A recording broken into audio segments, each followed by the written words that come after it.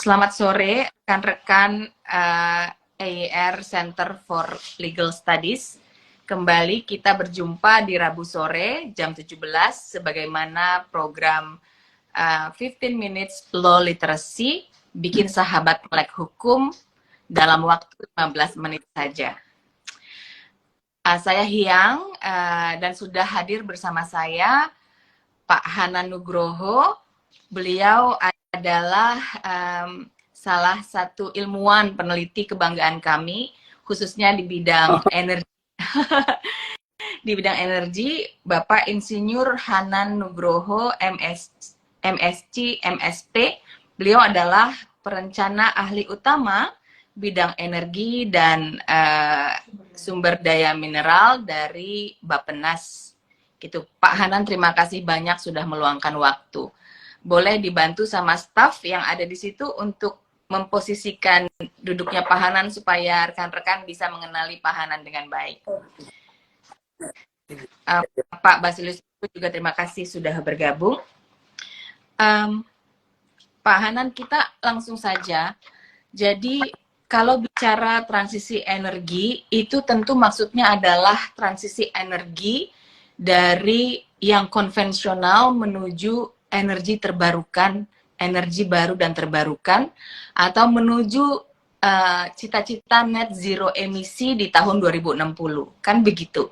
Nah, sore hari ini kita fokuskan ke bagaimana Bappenas itu mengumpulkan saran-saran dan bagaimana menjawab tantangan dan peluangnya apa saja di situ.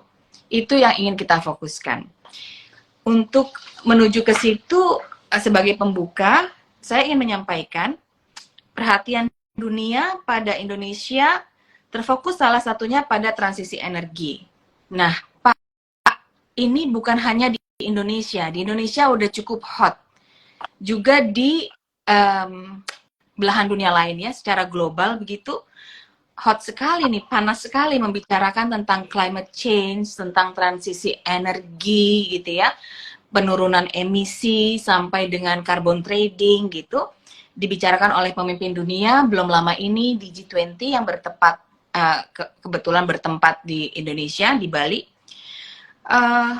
Bagaimana Bapak bisa menyampaikan topik hot ini tentang isu lingkungan hidup dan concern-concern yang Bapak temukan perihal transisi energi? Boleh Bapak ceritakan kepada kita semua? Ya, terima kasih Bu Hyang.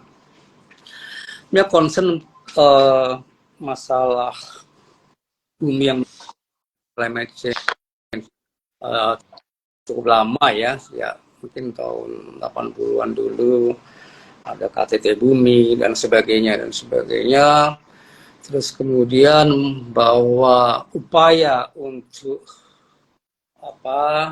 memanajemeni atau mengurangi dampak yang mungkin merugikan dari isu climate change ini sudah sejak protokol Kyoto dulu ya. Ya. 99 dan 97 di COP. Masyarakat bumi mencoba ya dengan berusaha mengurangi emisi karbon dioksida. Namun pada itu kesepakatan baru dilakukan oleh beberapa negara maju ya, yang dulu kita sebut negara aneks gitu. Tahun 2015 makin banyak negara di bumi ya. Ada 196 partis waktu itu 2015 di Paris yang mengeluarkan namanya Paris Agreement. Itu bersepakat sama untuk mencegah bumi makin panas gitu. Jadi kalau bisa sasarannya adalah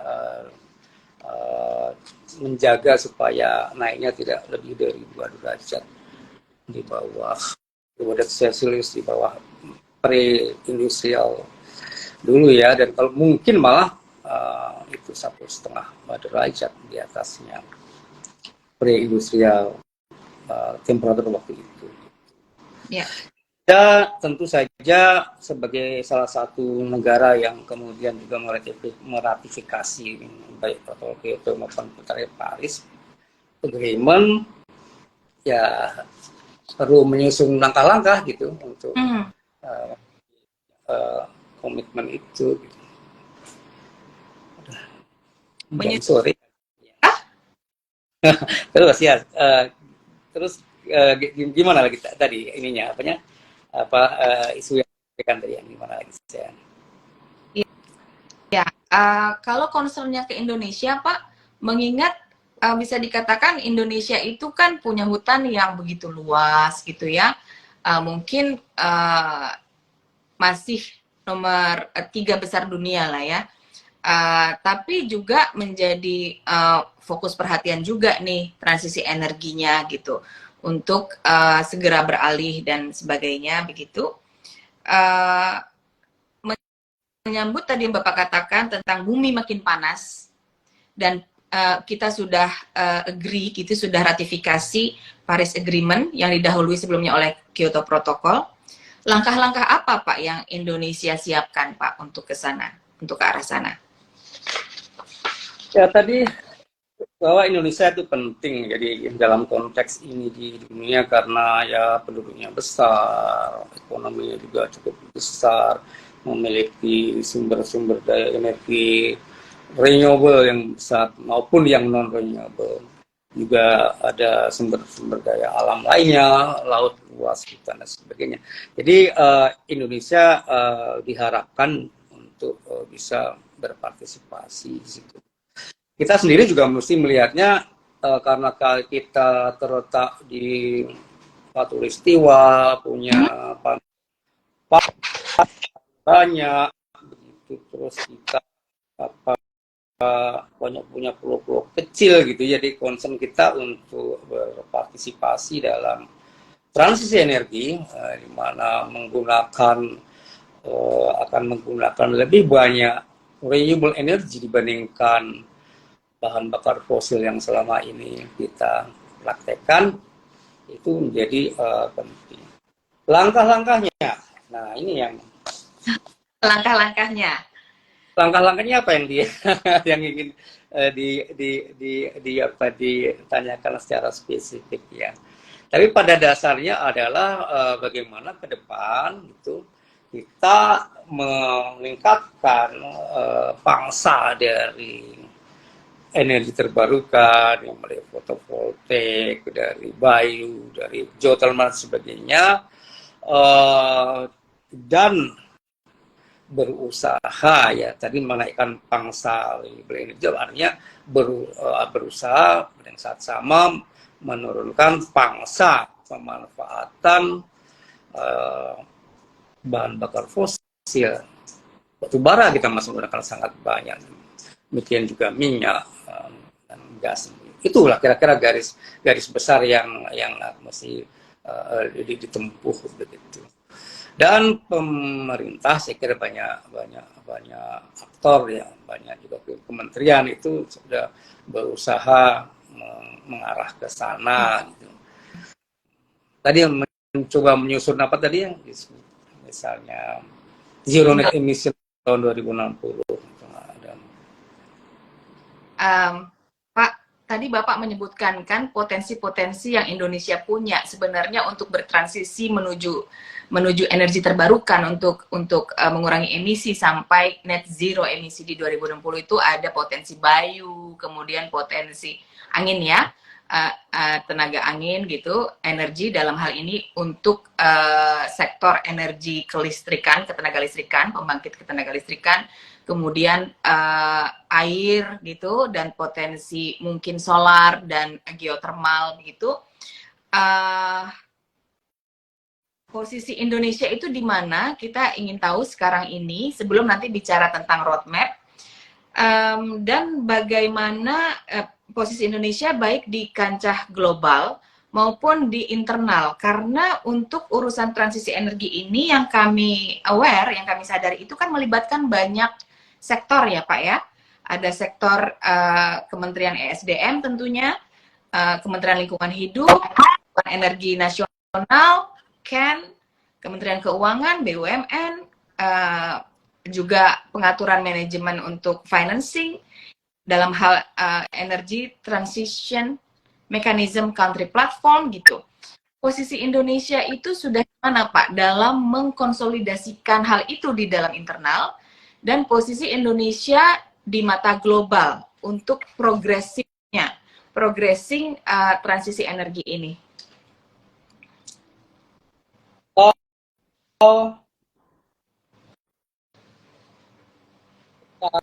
secara internal, ya saya katakan tadi ada banyak pertemuan, diskusi, ya, banyak juga studi untuk lebih detail membuat cita-cita Indonesia itu dalam transisi energi akan terrealisasi begitu ya, itu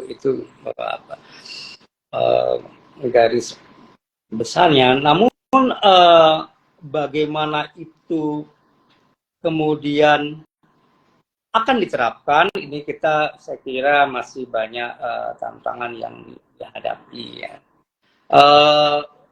Gagasan mengenai misalnya net zero emission itu sendiri masih merupakan posisi yang ditemukan terutama oleh misalnya Kementerian ESDM yang misalnya menyusun bagaimana kita mencapai ke sana, meningkatkan surya, Bayu, dan pada saat yang sama juga mereduksi pemanfaatan PLTU dan sebagainya gitu.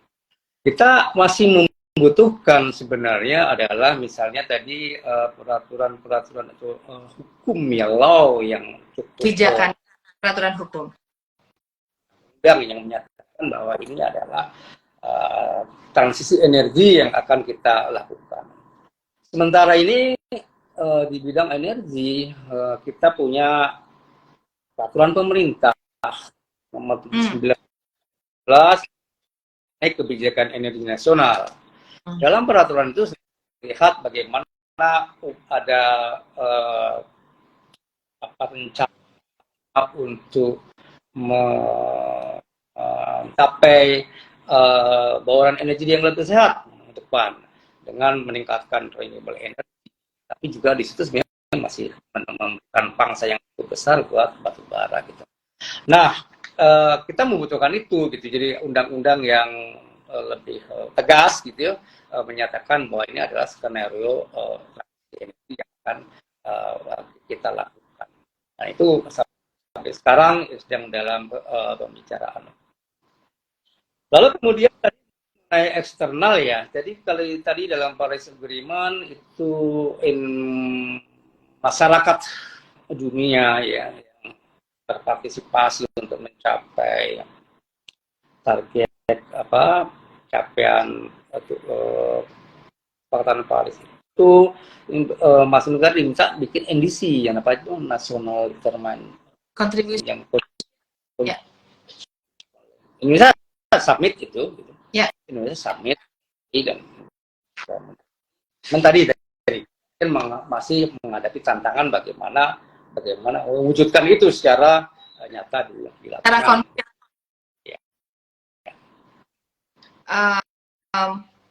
Artinya bolehkah dikatakan dari apa yang Bapak pelajari, yang Bapak tekuni itu, NDC tadi Bapak menyebutkan National Determined Contributions atau National Determined Contribution, komitmen NDC itu bisa dicapai oleh Indonesia. Optimiskah Bapak dari apa pemantauan Bapak begitu posisinya untuk Indonesia untuk bisa mencapai NDC?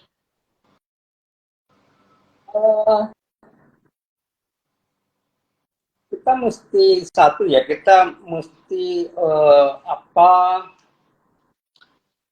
dengan tegas jelaskan bahwa kita membutuhkan peningkatan energi terbarukan. Jangan ragu-ragu itu ya, karena bahan bakar fosil itu yang meskipun kita memilikinya sekarang agak besar, misalnya batu bara, itu pasti akan berkurang gitu. Ya, minyak sudah lama menurun. Demikian juga gas juga tidak bertambah banyak. Artinya energi bahan energi fosil itu memang akan menurun ke depan. Sebaliknya, kita memiliki banyak potensi energi terbarukan gitu, mulai biomass ya, masuk juga surya, air, batu geothermal sebagainya. Itu secara berjenjang gitu ya, itu mesti ditingkatkan pemakaiannya, itu harus menjadi landasan dari komitmen ini. Namun demikian, kemudian bahwa tantangan-tantangan tentu dihadapi ya. Tantangan, jadi tadi saya katakan bahwa komitmen politik yang kuat, aturan tadi, law tadi, yang bahwa kita memang akan ke situ gitu ya, bahwa yang namanya climate change itu menjadi lead sektor gitu ya, misalnya jadi batu bara besar dan sebagainya, itu perlu disampaikan secara holistik ya kepada semua pemangku kepentingan. Belum langsung mudah. Terus kemudian ya itu akan membutuhkan transisi juga dari pemanfaatan sumber daya manusia begitu, yang mungkin harus lebih banyak disiapkan buat menggerakkan penggunaan fotovoltaik gitu ya, sekedar memasang, bangun industrinya dan sebagainya.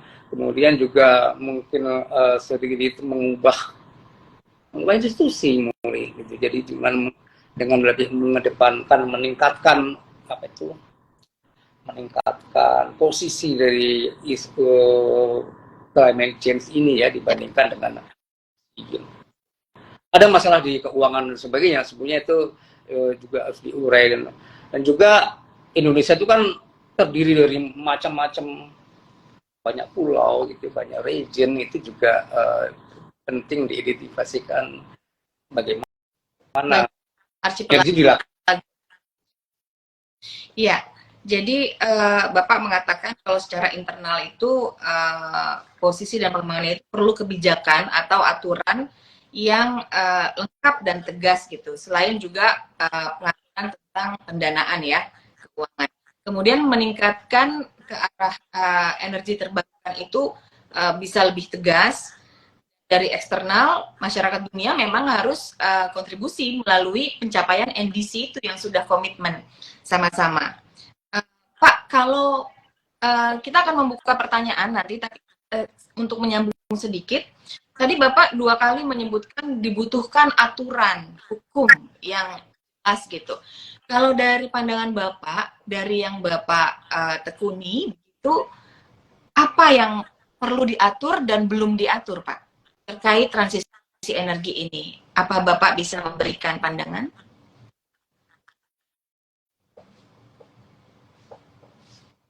Kita sebenarnya itu Ken ya, PP 79 2014 tentang kerja energi nasional itu direvisi lah, direvisi dengan angka-angka, dengan apa yang lebih mengarah kepada kesepakatan antara kita bahwa net zero akan dicapai pada tahun 2000. Itu tidak saja loh, tidak saja, karena wujudkannya mungkin tidak tepat juga ya. Gitu. Ya, artinya perlu direview kembali begitu ya. Jika dibutuhkan penyesuaian gitu untuk efektivitas ke depan.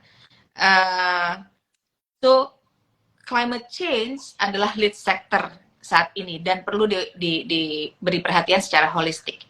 Kita mau tengok dulu Pak, ini ada pertanyaan komentar dari rekan yang rekan yang nonton dari Alvin Syarif.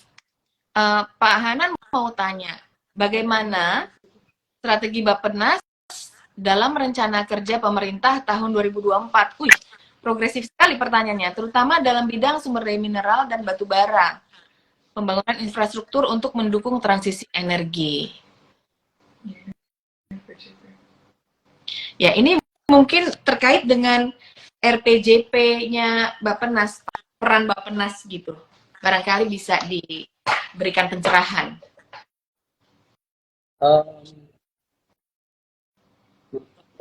Angka yang buat 2024 ini terlalu apa ya, cukup detail. Saya tidak involve, tapi lebih ke LPJP tadi yang saya berikan, bahwa yang namanya apa itu masih energi ini kan kerjaan panjang gitu, kerjaan panjang yang kita hanya 2060, tapi untuk di perencanaan jangka panjang itu baru ke 2045 gitu ya. Yeah. 2000 itu semangatnya bahwa transisi itu akan dilakukan, itu terlihat di situ dengan mengedepankan mendorong penggunaan energi, meskipun pada saat yang sama kita juga mendorong industrialisasi yang mungkin membutuhkan. Terus poin kedua juga adalah konservasi gitu ya. Konservasi ya, potensi yang besar yang mesti dimanfaatkan untuk membuat profil di Indonesia ke depan lebih bagus saja tahun 2000 tahun ini sama. Ya, Pak, boleh ditambahkan sedikit informasi atau penjelasan tentang konservasi, program konservasi yang dilakukan Indonesia dalam mendukung transisi energi ini? Ya tadi kalau misalnya agak detail tadi, kalau saya refer ke pertanyaan sebelumnya mengenai 2000 itu ada rencana bikin pemerintah ya laboratorium konservasi energi itu. Tapi sebenarnya konservasi energi ini sebagai potensi itu sangat besar, bisa didapat di transportasi, di industri, gedung-gedungnya. Mungkin secara nasional, secara strategis begitu, itu kita belum melakukan secara luas gitu ya, misalnya dengan membuat pelayanan audit energi yang luas gitu, terus kemudian memberikan insentif ya untuk melakukan konservasi energi, memperbanyak atau menumbuhkan namanya perusahaan-perusahaan ESCO gitu, di service company gitu, sehingga yang namanya konservasi energi itu menjadi gerakan yang massal gitu, menjadi suatu gaya hidup yang gaya hidup. Kalau bicara gaya hidup, artinya bisa melibatkan masyarakat umum dong, Pak. Ya, boleh dimotivasi, Pak. Kalau konservasi energi kemudian menjadi gaya hidup, melibatkan masyarakat umum, apa yang bisa masyarakat lakukan untuk ikut berkontribusi? Ya, kalau secara individu ya kebiasaan menggunakan energi yang yang perlu aja matikan lampu, kalau nggak perlu gitu, nggak usah jalan-jalan. Kalau jalan kaki ya lebih baik daripada kalau tidak harus pakai mobil dan sebagainya gitu. Di level perusahaan mungkin ya dia mesin yang lebih efisien, dan kalau bisa juga akan sumber-sumber renewable gitu. Sekaligus adanya menambahkan konsep sama juga menggunakan energi terbarukan gitu, mungkin dari itu kira-kira. Ya. dari apa level individu, kemudian keluarga, kemudian organisasi apa maksudnya perusahaan gitu. Uh, adakah dari area civil societies atau perkumpulan masyarakat gitu, komunitas masyarakat melakukan pergerakan itu dari pemantauan Bappenas, atau adakah rencana untuk Bappenas mendorong ke movement civil societies dalam hal membudayakan lifestyle tadi itu Pak? Gimana Pak kalau dari Bappenas Pak? Apa fokus ke regulasi, kebijakan, pendanaan gitu? Boleh ditanggapi?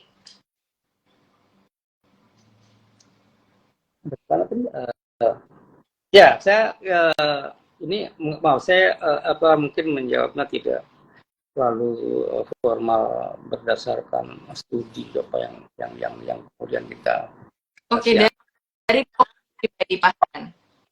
gerakan apa itu inisiatif dari civil society ini ya sudah ada sih tapi belum terlalu besar gitu. Misalnya masyarakat jalan kaki atau sepeda begitu, bike to work atau kemudian yang mempromosikan apa itu ya, gaya hidup yang lebih hemat energi itu masih bisa dibesarkan. Dan sebenarnya ini nggak cuma kerjanya civil society, ini mestinya institusi gitu ya.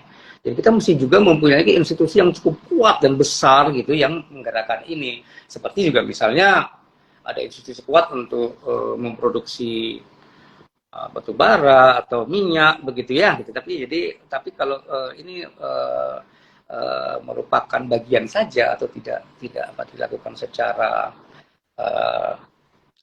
bersamaan ini agak karena potensinya besar itu potensi konservasi itu di Indonesia nggak tahu beberapa studi bilang bisa 30-an%, bisa 40% gitu ini. Itu. Jadi ini penting untuk juga dilakukan ke depan. Okay. Ya, Pak, kami dari ARCLS gitu mendapatkan informasi dari pemantauan kami ada kelompok-kelompok masyarakat, civil societies, bahkan juga bukan badan hukum tapi kumpulan masyarakat gitu, melakukan ada di beberapa titik, tidak banyak memang tidak masif, ada di 2 daerah yang kami ketahui itu melakukan upaya untuk mengubah sampah menjadi bermanfaat. Itu kalau berubahnya menjadi pupuk dan untuk didaur ulang itu sudah lama ya. Tapi sudah ada fenomena merubah ke energi terbarukan, artinya energi yang bisa digunakan, seperti misalnya bisa untuk memasak, menjadi gas dan lain sebagainya. Itu sudah ada, Pak. Apakah ada dukungan pemerintah untuk memanfaatkan komunitas-komunitas masyarakat yang memang punya awareness ke arah situ? Ada nggak sih Pak rencana pemerintah untuk menggerakkan ke arah situ dari pengetahuan Bapak? Ada sih ya, terutama di pemerintah pusat itu cukup banyak proyek-proyek yang mengajak masyarakat misalnya untuk menggunakan gas dari sapi misalnya ya dan membuat tungku yang hemat energi dan sebagainya itu. Namun kan skalanya yang penting, skalanya dan tidak hanya dilakukan. Dan ini gerakan-gerakan gini mestinya adanya justru tidak di pusat gitu ya, tapi di daerah begitu ya. Kan dapur-dapur dan sebagainya itu hanya di rumah-rumah ya, jadi mungkin ini penting untuk diperbesar ya dari RPJP ke depan juga kita bicara itu. Jadi bahwa itu pekerjaan energi itu dilakukannya di daerah dan oleh masyarakat langsung. Bagaimana kalau kita aja Pak yang motorin? Artinya gerakan saja. Well, Pak, kita kembali sedikit ke ke gambar besar transisi energi menuju net zero emisi di tahun 2060. Tadi sempat kita singgung sedikit di awal bahwa untuk menuju ke situ tentu perlu upaya yang bukan saja komprehensif tapi juga holistik, dan itu melibatkan banyak sektor gitu ya, dari Kementerian ESDM, Lingkungan Hidup, dan Kementerian Keuangan, BUMN, ITM Country Platform juga sekarang udah tersedia begitu. Saya curious gitu, ingin tahu dengan sektor yang begitu banyak terlibat ini, Pak, apakah ada single roadmap yang sudah disepakati untuk menjadi peta jalan gitu, peta jalan sehingga berjalan ke arah yang sama gitu, dan upaya mengkonsolidasikannya bagaimana saat ini? Apakah memang sudah kompak dan sudah satu arah tujuan gitu, udah satu arah tujuan peta jalannya? Mungkin Bapak bisa sharing sedikit perihal itu.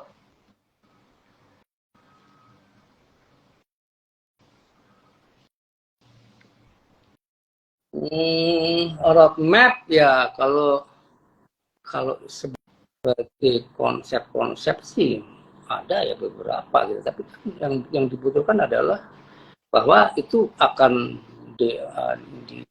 dijalani gitu ya, dan itu akan deliver. Saya kira salah satu cara untuk dorong supaya di deliver adalah undang-undangnya itu juga belum gitu. Jadi saya kira mungkin bagus di atas bisa didiskusikan, tapi kemudian bahwa apa itu dilakukan, nah ini yang apa dilakukan disepakati, ini yang sekretanya penting untuk masyarakat. Misalnya saja kita bicara soal pembangunan atau berapa giga untuk fotovoltaik itu kan konsekuensinya itu bukan urusan hanya sekedar urusan teman di Kementerian SDM untuk menghitung berapa gigawatt, tapi adalah berapa itu kan sekedar memasang gitu. Terus nanti cara gitu mereka tuh adanya di mana gitu, mereka tuh bisa perlu dilatih atau enggak gitu ya. Kalau dilatih itu seberapa lama, tempatnya di mana. Jadi artinya kemudian bahwa konsep-konsep besar itu diturunkan dengan detail dan diambil kesepakatannya gitu. Dan kemudian menjadikan turunan dari saya katakan siapa tadi bertanya itu ada di dalam RKP gitu. Ya. Jadi peta jalan itu ada beberapa. Namun yang penting itu dijalankannya, bagaimana menjalankannya, dan ada baiknya jadi satu gitu peta jalan dan dibuat lebih detail untuk lebih mudah diaplikasikan, dan kemudian dijadikan kebijakan gitu Pak ya, dijadikan policy yang satu gitu. Mungkin begitu. Pak, kita ingin membuka pertanyaan sih kalau ada. Rekan-rekan, apakah ada pertanyaan lagi? Sebelum kami conclude di ujung, karena memang Pak, low literacy ini kita memang nyebar isu aja, kasih isu ke publik, kemudian memberikan informasi yang diperlukan secara ringkas begitu, agar ada curiosity, kemudian nanti terjadi diskusi dan kita bisa riset lebih lanjut. Kalau karena waktunya sudah lewat 38 menit, jam 17:38, saya ingin Pak Hanan memberikan tambahan atau konklusi di ujung bagian saran dan peluang. Lalu dari tantangan-tantangan tadi, tantangan-tantangan saya summary sedikit ya Pak ya. Pertama adalah perlunya kebijakan atau aturan hukum yang tegas dan memang tegas saja, firm, menuju ke renewable energy. Begitu, mungkin ada review dan direvisi terkait aturan peraturan perundang-undangannya. Kemudian dari internal dibutuhkan juga konsolidasi dari setiap sektor untuk memiliki single roadmap yang detail dan menjadi kebijakan untuk dari eksternal masyarakat dunia memang sudah bergerak ke arah sana dan patut untuk berkomitmen dengan NDC yang sudah disepakati berdasarkan Paris Agreement. Kemudian peningkatan dengan tegas menuju energi terbarukan juga membutuhkan peningkatan kemampuan SDM, bagaimana rencananya gitu ya, itu juga pekerjaan yang panjang, berapa lama perlu dilatih, di mana gitu, dan bagaimana climate change itu sudah menjadi lead sector dan dapat perhatian yang komprehensif dan holistik, karena bumi makin panas. Nah, Pak, kurang lebih dari diskusi kita hari ini, saran Bapak dan juga peluang yang Bapak lihat dalam hal ini apa untuk menutup sesi diskusi kita sore hari ini?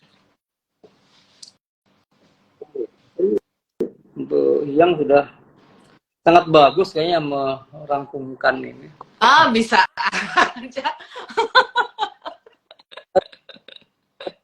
Tentu saja ini perubahan ya, transisi ini akan membuka peluang-peluang ya, peluang menumbuhkan industri energi terbarukan, misalnya di bidang misalnya untuk fotovoltaik ya, dan bayu dan lain-lain. Artinya memang mengarah ke sana begitu. Dan peluang-peluang pembangunan industri yang begitu besar ini tentu saja juga adalah peluang buat menyiapkan tenaga kerjanya gitu ya, orang-orang yang berbisnis di bidang ini gitu. Juga mesti dari proyek-proyeknya ada di mana gitu. Ya saya kira teman-teman di dunia terutama bisnis bisa memanfaatkan gitu, melihat peluang-peluang. Terus juga ini sebenarnya adalah peluang buat kita belajar sama-sama gitu. Kita belajar sama-sama tantangan ini gitu. Mungkin kita perlu lebih banyak meningkatkan keahlian-keahlian di bidang energi terbarukan gitu. Dan pada saat sama juga mungkin agak sedikit mengurangi tenaga kita yang banyak dihabiskan untuk mengembangkan batu bara misalnya seperti selama ini gitu. Jadi transisi energi ini menjadikan peluang gitu, yang bisa kita amati, turunkan, dan ini perlu kita sama-sama kita manfaatkan gitu. Jadi dia tidak sekedar ancaman ya, tidak sekedar bukan ancaman sih, bukan ancaman bahwa akan misalnya yang bergerak di bidang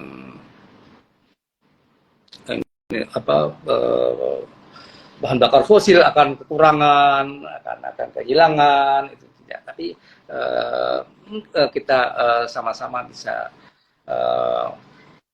mengembangkan energi terbarukan gitu, karena memang di situ nanti hidup kita. Di situ nanti kita. Gitu ya. Terutama buat yang muda-muda gitu. Terutama untuk yang muda-muda ya Pak ya. Jadi kenyataannya adalah bumi makin panas, tapi disitulah hidup kita. Sarannya tadi kalau boleh saya cuplik dari apa yang disampaikan oleh Pak Hanan itu, jadikan lifestyle transisi energi ini bukan ancaman. Peluangnya itu ternyata banyak juga kalau saya list dari Pak Hanan ini. Untuk bidang industri dan sektor bisnis terbuka, tentunya investasi di energi terbarukan itu sekarang ini sedang terbuka. Pelajarilah itu dan tingkatkan skills dan kemampuan di bidang energi terbarukan supaya bisa masuk, gak ketinggalan sama industrinya begitu. Dari sisi sumber daya manusia juga ada peluang itu, artinya akan ada baru. Siapkan diri Anda untuk menuju lapangan kerja baru. Dan terakhir, belajar bersama-sama. Kita pelajari lagi, kita amati, kita riset, lalu kita mungkin bisa memberikan, bisa berkontribusi terhadap bergeraknya movement transisi energi. Saya rasa itu Pak Hanan, mau ada yang ditambahkan sebelum kita tutup? Yang membuat kalimat-kalimatnya menjadi lebih bagus lah gitu. Tapi makasih. Iya, Itu keahlian saya satu-satunya, Pak. Tapi isinya mesti datang dari ahlinya. Rekan-rekan, terima kasih yang sudah menyimak, sudah hadir di 15 Minutes Law Literacy, program dari EYR Center for Legal Studies. Untuk lebih lanjut, jika ingin tahu lebih banyak, ada nggak kajian-kajian yang pernah yang bercerita misalnya tentang potensi Indonesia di energi terbarukan, tadi disebutkan tentang Bayu beberapa kali. Nah, itu udah clue tuh kalau Pak Hanan yang bicara, ya. Terus kemudian juga di sektor industri, bagaimana aturan regulasinya, bagaimana atau apa-apa yang perlu mendapatkan penyesuaian. Keingintahuan terhadap hal-hal terkait dengan energi transitions, energi baru terbarukan, boleh menghubungi kami di EYR Center for Legal Studies. Bisa klik ke website kami www.eyrcls.com, atau juga bisa ke Bappenas langsung, akses websitenya Bappenas, karena saya percaya sudah lebih banyak lagi kajian-kajian di situ. Begitu. Terakhir sebelum saya tutup, saya iklan dulu sedikit boleh ya Pak Hanan ya. Jadi kami di lembaga EYR CLS ini punya program NLP for Lawyers, Neuro Linguistic Programming for Lawyers. Gitu Pak Hanan. Ini juga agak progresif Pak. Jadi lawyer-lawyer yang tangguh-tangguh begitu, yang biasa berargumen dan memenangkan argumen, bagaimana pendekatannya jika komunikasinya atau dialognya itu menggunakan keilmuan dari neuro programming, sehingga tetap memenangkan perkara tapi hubungan terjalin baik, klien nempel terus gitu ya, counterpart juga jadi teman. Nah, untuk itu nanti informasinya ada di sosial medianya EYR Center for Legal Studies. Saya rasa itu kita sudahi. Terima kasih banyak. Terima kasih banyak Pak Hanan. Minggu depan law literacy-nya nanti akan ada Basilius Ruru membahas tentang fiduciary duty, salah satu prinsip korporasi fiduciary duty.